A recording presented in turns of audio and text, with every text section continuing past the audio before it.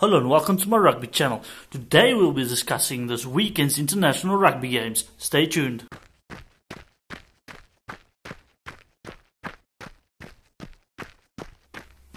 Hi guys, I'm back with another rugby video for this weekend's international rugby games. The first game we'll be discussing is the Samoa-Georgia game. Well, Georgia not playing a lot of running rugby, and Samoa being one of the nations who likes playing the running rugby, I think that Samoa will just have the upper hand, and they might be a better team at this stage. Georgia are not taking everything away from Georgia. They play well. They gave Japan a good run, so let's hope to see a good match. But I think at the end of the day, it will be Samoa by about 10 points. Italy, South Africa. Well, earlier the week, Alistair Coetzee said that South Africa is only one game away from turning things around. Well, I beg to disagree. That's bullshit, and I think that we need a lot more continuity in the team. I think defense is just up to shit. So yes, I think he just knows how to deal with the media, and that's it. Italy, still, we're gonna have a good match against Italy, because Italy is not one of the best teams in the world at this stage. So maybe, yes, we're going to have a good match against Italy, win the match, and then everyone's going to be like, okay, it's okay now. But no, it's not going to work. South Africa to win by about maybe 12 points. I think we will win the game. We'll struggle a bit, I think. Italy did lose against the All Blacks by 68-10, I think. But it doesn't show us anything. We lost with 50 points against the All Blacks as well. So, good game to watch, especially if you're South African. But let's not get our hopes too high. England, Fiji. I think that England will win by about 12 to 15 points, maybe, if not more. Fiji, great sevens nation, great rugby nation, actually. They like playing running rugby, and I like to watch their rugby as well. But England, being a better side at this stage, and I think Eddie Jones always doing a good job. So England to win about 12 to 15 points. Going to be a good game to watch, but Fijians struggle against the Barbarians, which only have been together for 2 weeks, so it doesn't show us a lot about the Fijian rugby at the moment. Wales, Japan. I think Wales should win this match. Japan, they beat Georgia by about 6 points, if I'm not mistaken. And Wales, if they continue how they played last weekend against Argentina, will be good this weekend. Continue fixing some mistakes, and we'll see a good game. Wales to win it as well. I think maybe also 10 plus points or so. But Wales to take it. Tonga, USA. I like watching USA's rugby. I think it's growing. I think we're one of the countries that can actually be one of the top nations in rugby if they start putting effort and money into their rugby, like they put money into their football. Not forgetting about Tonga. They're one of the islanders. They play a good running game, and I think maybe Tonga to win it. Let's say about 5 plus points, maybe 10. It depends on what happens. If the game is open a lot, then Tonga will run away with it. If not, maybe USA can pull it off. Romania, Canada.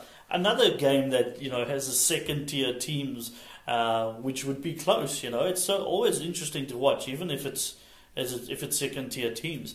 So I think Romania will give a good run, but Canada might just have the edge. I don't know. Maybe I'm wrong. I always love the two teams. It doesn't matter who wins.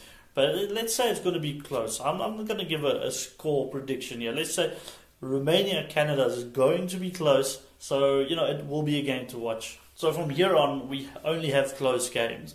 I mean, we now have Scotland Argentina game, which I think Scotland should take. I just hope they take it, because they've been playing so well, and I think after last weekend's narrow defeat against Australia, Scotland just needs to continue what they've been doing. Keep some of those players that they've had on last weekend, like Hugh Jones, and just keep them on the field, and they might just beat Argentina. Argentina is a good team. They've been keeping their players for how long? Most of them play Super Rugby for the Jaguares, and but still, I think Scotland can win it. They are playing home, so let's give Scotland a win, maybe 3 to 5 points. Ireland, New Zealand. That's going to be the game for the weekend to watch. We've been waiting for 2 weeks now for this game. And Ireland, I hope they can pull it off again, but I doubt it. Because the All Blacks is a quality side. And maybe, they've just realized that they made mistakes. They realized that they've been thinking too much about we are on top of the world. And now they came back. They played a good game against Italy using a lot of young players. Or I think they had like eight subs. So I think Ireland must just continue what they did against New Zealand at the first game. But again, we hope that Ireland can do it. End of the day, I think New Zealand will win the game. They will run away with it, maybe winning by 10 plus points. So let's see what happens. Going to be very interesting. To get your beer ready, and if you're South African, get your biltong ready and watch the game. France, Australia. That's going to be another big game. The French was playing really well last weekend against Samoa. And if they continue that, they're going to be giving Australia a good game. I think I'm going for the French on this one. Australia, they've been playing well the last 2 games. Against Wales, against Scotland. But at the end of the day, I think they barely won against Scotland, which they for me, they didn't deserve to win there. So I think France would maybe pull it off. That's going to be a close match again. We will have about 3 to 5 points, maybe more. But at the end of the day, France should win it. Maybe not. Maybe I'm wrong. But if France can continue what they did last weekend, yes, they can most certainly win the game. I want to discuss something else. I saw a video just the other day, this week, where they had the World Rugby Hall of Fame players. And I watched the video and then saw there's quite a few players that I know, some much older players that I haven't even seen. Congratulations, there are 2 women in the Hall of Fame, which is pretty good. But there's some players that are left out, and I think this is based on Northern Hemisphere players, because there's no Dan Carter, there's no Joost van der Westhuizen. Players like that needs to be on the Hall of Fame. So I don't know why they did this Hall of Fame and they've got mostly Northern Hemisphere players in, but I think it's bullshit. They need to bring in the good players from the Southern Hemisphere. Or no, I'm sorry, the legends from the Southern Hemisphere needs to come into that Hall of Fame. I'll post a link here so you can watch that video. Cheers guys, enjoy the rugby, and remember to like and subscribe.